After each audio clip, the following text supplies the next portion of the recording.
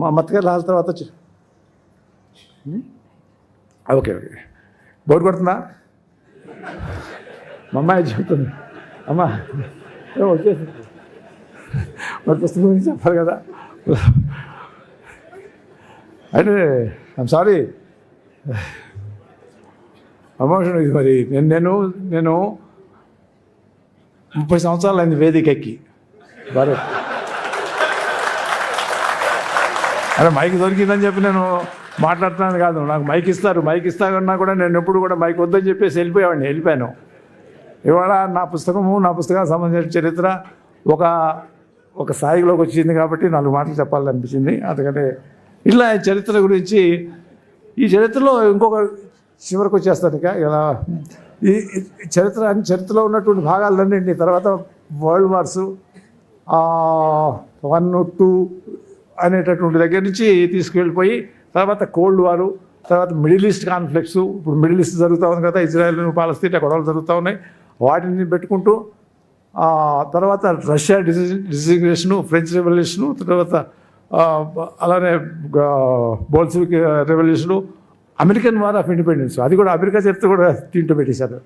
ఏది వదల్లా, జపాన్ చరిత్ర వదల్లా, చైనా చరిత్ర వదల, ఫుల్ చరిత్ర అన్నింటినీ తీసుకొచ్చి 340 పేజీల్లోకి తీసుకొచ్చి, అది నా గ్రేట్నెస్ లేకపోతే అంటారు నా యొక్క శక్తి అంటారు, నాకు భగవంతుడిచ్చినటువంటి ఇదో.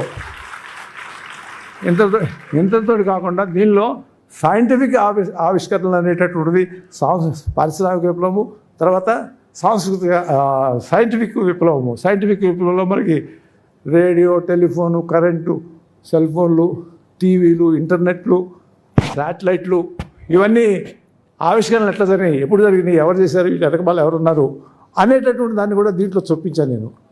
అది కూడా చరిత్ర. అది చరిత్ర అంటే ఒట్టి ఏదో రాజులు పరిపాలించారో లేకపోతే ఏదో జరిగిందో వార్తలు జరిగింది కాదు. అలా ఆ చరిత్రని వాటికి సంబంధించినటువంటి వాటిని కూడా తీసుకుని అంతటితో ఆగలేదు.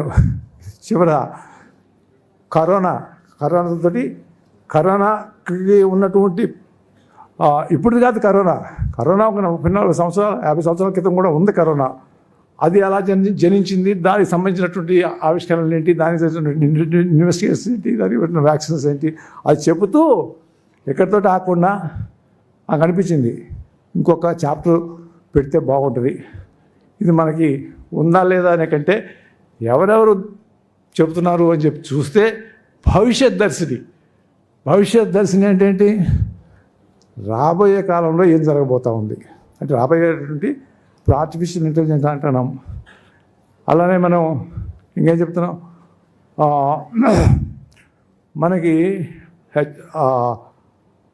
ఆయన మిచియో కాకో, ఆయన ఫిజిక్స్ ప్రొఫెసరు, యూనివర్సిటీ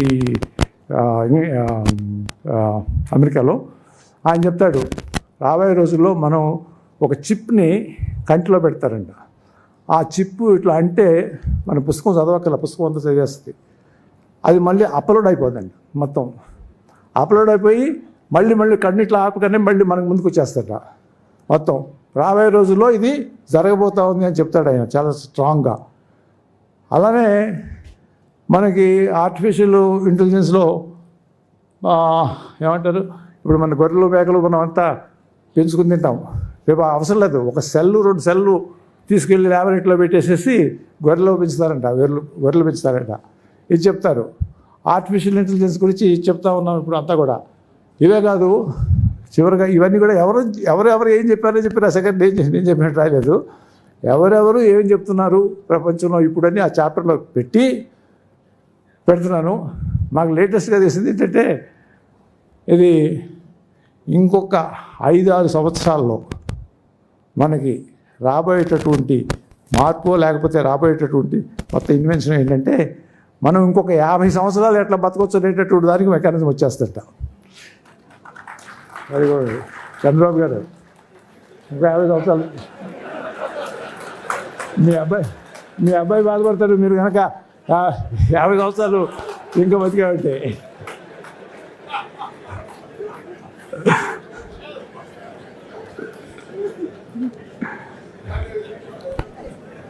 సో అదంట.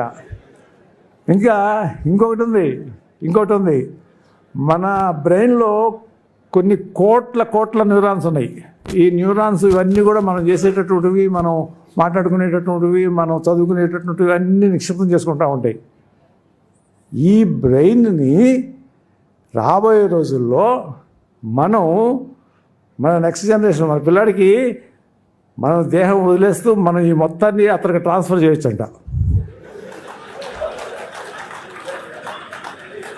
ఇది జరగబోతుందని చెప్పి నాకు ఈ పుస్తకం రాసేటప్పుడు తెలియదు. తర్వాత మళ్ళీ ఇంకా ఏమి ఇన్వెషన్స్ రాబోతున్నాయి అని చెప్పి చూస్తూ ఉంటే నాకు తెలిసినటువంటి వ్యవహారం ఇది.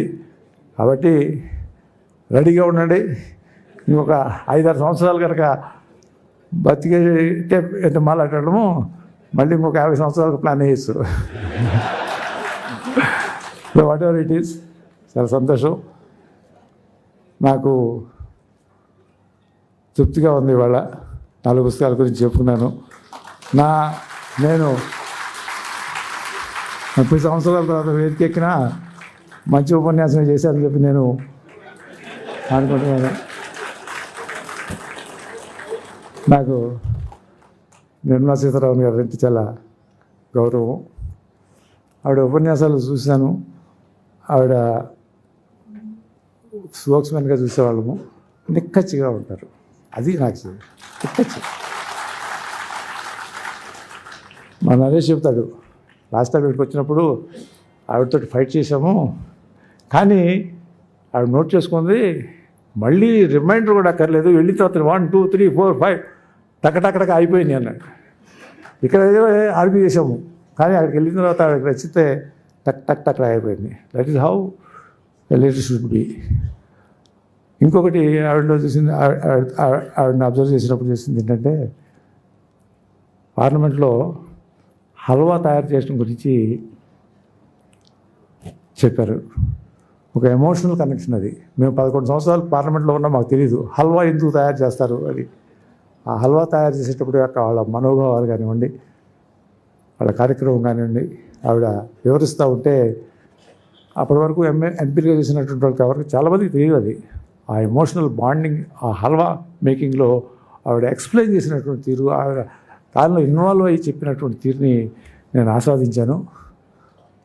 అది మేడం, అలా చూస్తూ ఉన్నప్పుడు ఒక్కొక్క లీడర్ సంబంధించినటువంటి విషయాల్లో కొన్ని మైండ్కి ఎక్కుతూ ఉంటాయి. ఆవిడని ఎంచుకుంది నేను ఈ పుస్తకానికి ఇంగ్లీషు వర్షన్ని ఎందుకో ఎంచుకున్నాను. అది జరిగింది ఈనాడు ఇంత గొప్పగా. దానికి చంద్రబాబు నాయుడు మరి రావడం అనేది, మా ఇద్దరికి వైరం ఉంది అది ఇది అని చెప్తూ ఉంటారు. వైరాలు ఉన్నమాట వాస్తవమే, కానీ ఎప్పుడు ఒకే రకంగా ఉండకూడదు కదా. ముందుకు వెళ్తూ ఉండాలి, అవన్నీ మర్చిపోవాలి. భవిష్యత్తు అనేటటువంటిది ఆశాజనకంగా ఉండాలి అనేటటువంటిది నాకేం కోరికలు లేదు స్వామి. మళ్ళీ నేను వదిలేశాను, నేను హ్యాపీగా ఉన్నాను. నా చెప్పాడు కదా, భరత్ చెప్పాడు కదా, చాలా జాలీగా ఉంటాడు డాక్టర్ గారు, మేమంతా కూడా అట్లా ఉండాలని చెప్పి ముందే భరత్ చెప్పాడు. భరత్ అబ్జర్వ్ చేసినందుకు I'm very happy. Bharat, I'm really happy.